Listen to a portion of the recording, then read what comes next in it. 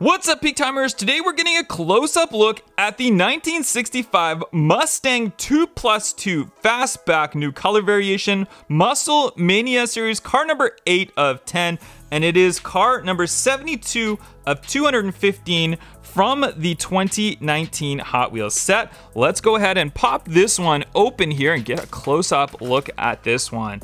I love the recolor of this one. It's a very nice looking yellow. It's got some sort of tampo work on the side, probably some sort of shop or something on there as well. The Mustang logo, you can see it's a little bit rustic looking, which is kind of fitting for this car. I think they were trying to do that on purpose. The blacked out wheels look fantastic. Hot Wheels logo on the back, great tampo work all across the top of it right there as well. Not a lot of detail for the front right there, and on the back, not much detail as well, but still, it's a cool looking resto mod casting. Let me know in the comments down below, what do you guys think of this Mustang Fastback?